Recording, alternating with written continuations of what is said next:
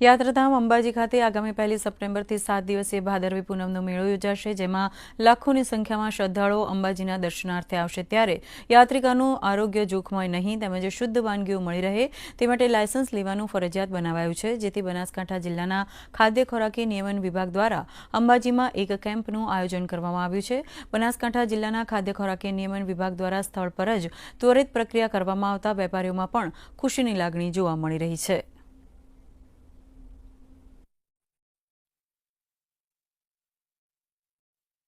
Online तो process है, पर सब लोग एजुकेशन के हिसाब से नहीं कर पाते।